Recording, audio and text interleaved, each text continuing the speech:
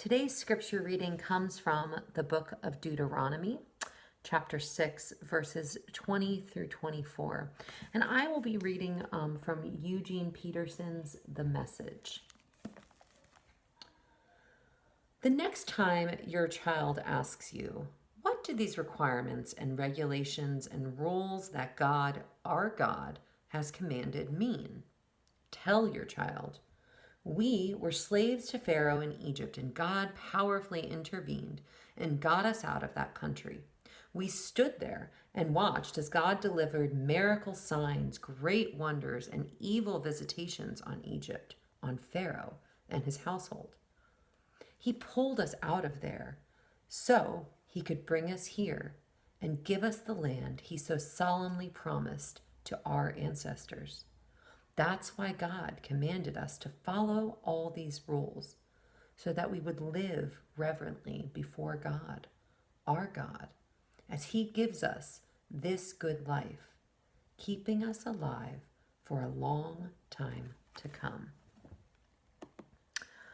This scripture reading is part of Moses' instruction on how the people of Israel must conduct their lives with disciplined devotion to God.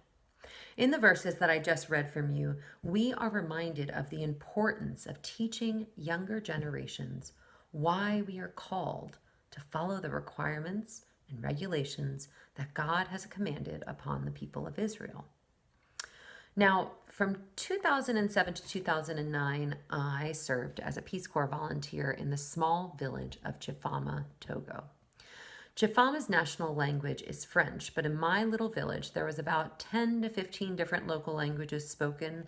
So on a day-to-day basis, I would speak in French, and then someone would translate what I said into a variety of different languages. It sounds exhausting, and it was. Very soon into my service, I realized that the children of my village were worth watching. They had lived their whole lives in this village.